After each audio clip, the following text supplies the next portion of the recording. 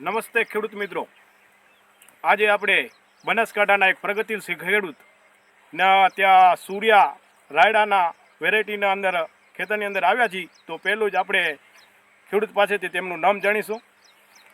સુરેશભાઈ શંકરજી માળી, તેરવાડા.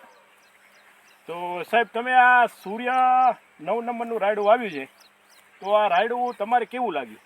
રાયડું સારું છે, એની ફૂટ પણ સારી છે, નીચે સુધીની ડાળીઓ ફૂટે છે નીચેથી ને ભરાવદાર છે. અત્યારે તમે જોઈ શકો છો પ્લોટ બાજુ કે આખું આમ નમી ગયું છે એમ, એટલે સરેરાશ આનું ઉત્પાદન વધારે આવશે. સાઈડમાં મારી જોડે 3-4 વેરાયટી રાયડું છે, પણ સૂર્યા જેવું એકે નથી.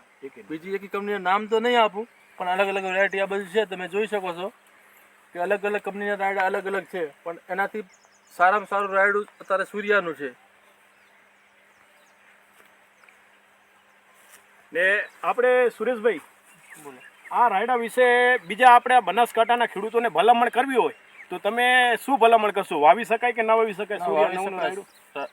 સૂર્યા રાયડું 9 નંબર સારામાં સારું આવે છે, ઉત્પાદન પણ સારું મળશે આ સાલ બીજા રાયડા કરતાં.